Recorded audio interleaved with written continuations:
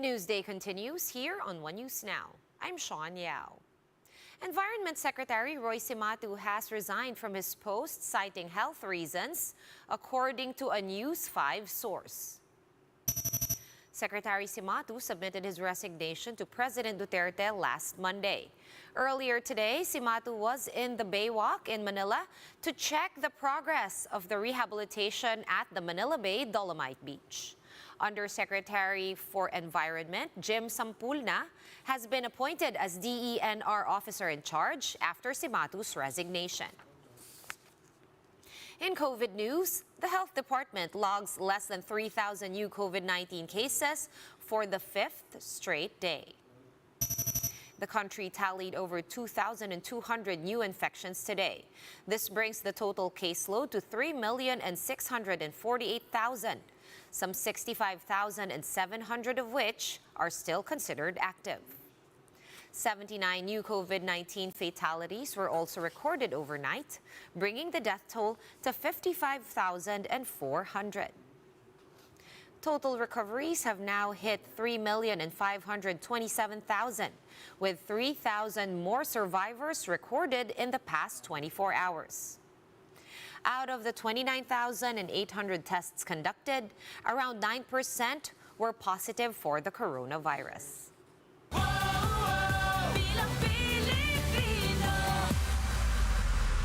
Baguio City Mayor Benjamin Magalong has thrown his support behind the Lacson-Soto tandem.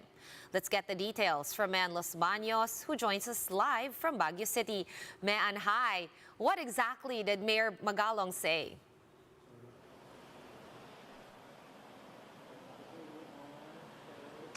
Hi, Sean. Good afternoon. Baguio City Mayor Magalong says he will do his best not to fail the Lacson-Soto tandem here in the country's summer capital. In a press conference, Lacson recalled his long-standing friendship with Magalong from their days in the Presidential Anti-Organized Crime Task Force way back in 1999. Magalong, on the other hand, said both Lacson and Soto are two people who had a huge influence in his life. Although he cannot promise a solid Baguio vote, he said he will do his best to gather support for the tandem. Lacson also spoke of his admiration for the way Magalong is leading the city. Soto added that the support from Baguio will definitely boost their chances in winning the elections. Magalong has prepared several activities for Lacson and Soto, including their meeting with businessmen and farmers, which is ongoing right now. Sean, tomorrow afternoon, Magalong will also accompany the Lacson-Soto tandem as they go around Session Road. Sean, presidential candidate Ping Lacson is also set to attend the alumni homecoming event of the Philippine Military Academy tomorrow. He is set to receive an award, which is a Lifetime Achievement Award for his service in the government for more than 50 years. Sean? Thank you so much for those updates and enjoy the fresh air over there. Mann Los Baños reporting to us live from Baguio City. And the COMELEC has been receiving backlash for its Oplan Baklas operations. But how exactly should campaign materials be put up? Mobile journalist Diana Pascual tells us in this report.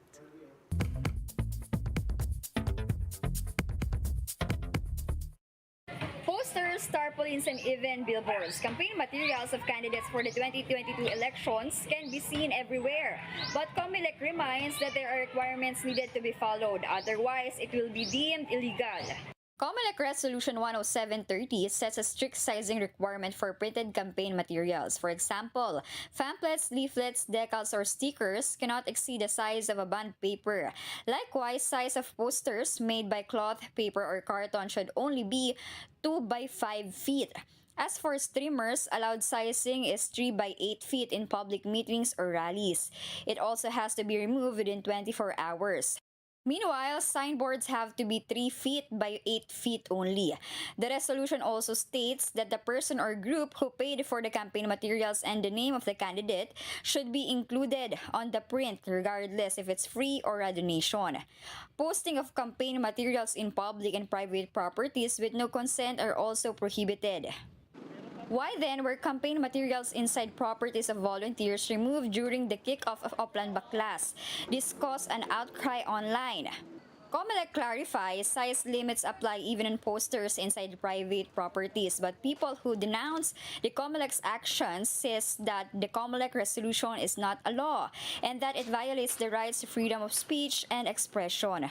Recall that in 2015, the Supreme Court has ruled in favor of the Diocese of Bacolod for putting up a tarpaulin against reproductive health law. The judges also said that COMELEC has no right to regulate the expression of private citizens. To those who want to file a complaint, the poll body says you are very much free to do so. Mobile Journal Yeda Pascual, we are One News.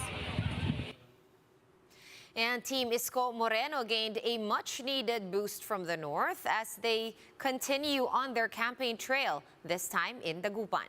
Romel Lopez joins us over the phone to tell us more. Romel, how was the welcome there for Team Isko? Yes, Sean, presidential aspirant Isko Moreno gained significant ground after a political powerhouse in the area to support for Team Action. Former Dagupan Mayor Belen Fernandez raised the hands of Moreno in a jam-packed convention center in the city. Moreno himself was delighted after seeing the support, which was different scenario from yesterday's motorcade in La Union, where only a handful of people were seen. Fernandez comes a much-needed support from the north for Team Isko. Almost 5,000 supporters showed up for Team Action's campaign rally in the area. There, Moreno promised to address the country's pressing concerns on health, employment, and education. He also promised a better agriculture sector under his presidency.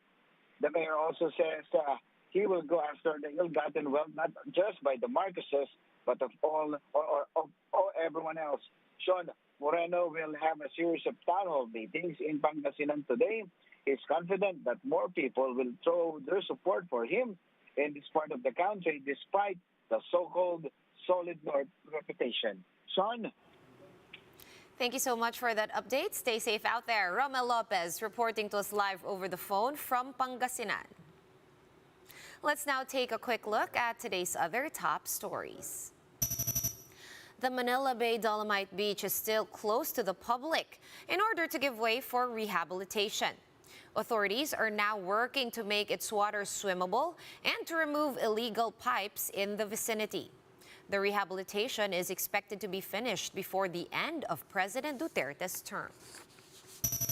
The European Parliament has approved a new resolution condemning drug war killings and red tagging of activists and journalists in the Philippines.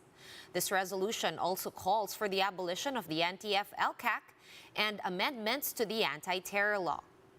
Fitch Ratings has affirmed the Philippines' BBB credit rating, citing the country's economic gains and sustained pandemic recovery. However, the debt watcher kept its negative outlook on the country amid COVID-19 risks on the economy.